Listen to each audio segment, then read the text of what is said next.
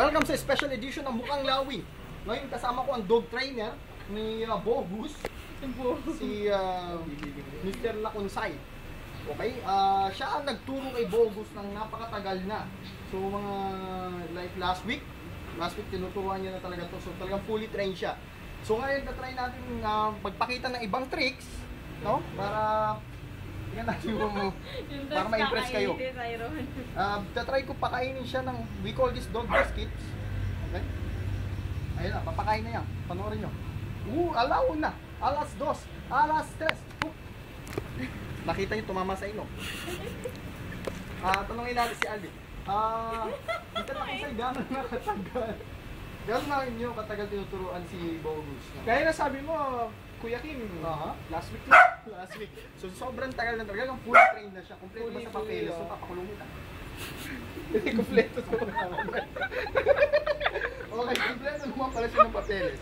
At hindi mo pa siya minomaltrato? Marami siyang sugar. Marami siyang sugar. Hindi, mabait siya.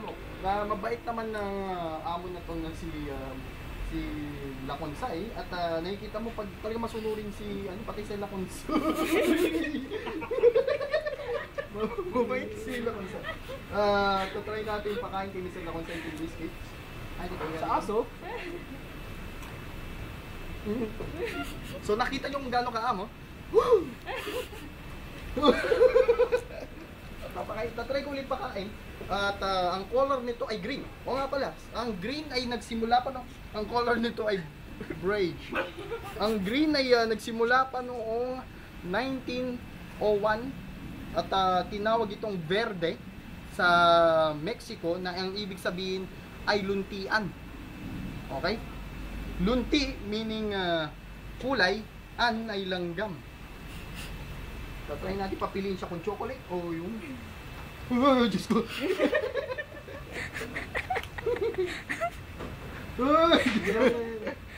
Sobrang bait ng asong to. Talagang sobrang friendly na pwede akong kumanta habang nandito siya.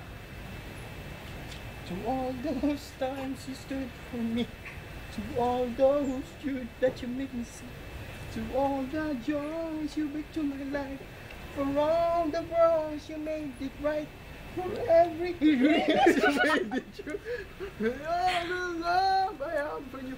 So, Mr. Laconsay, bago tayo magtapos, ano may ipapayo mo sa mga dog breeder na tulad mo na nagbibreed ka ng aso, ikaw mismo ang nagbibreed sa kanila?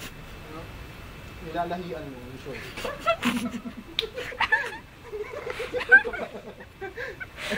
Hindi, ano may ipapayo mo sa mga inspiring na maging taong gusto maging dog porn din? Napasok sa dog porn. Tuloy nyo lang yan. Ako nga pala, meron din nilabas si Al tago natin sa pangalang Al, ng dog porn. Makikita nyo siya sa Quiapo, kung saan nakikipag, may mga artist talaga. Hindi totoo, pero artist na nakikipagtalik sa aso. Okay? Para sa mga susunod na kaalaman, maging mapagmatsyag, mapagmahal at mapagloko dito sa Mukhang Lawing. Mukhang lawing, pag-ibig mo ito, mukhang lawing. Waiting sa'yo, nag-aabang ng iyaabot.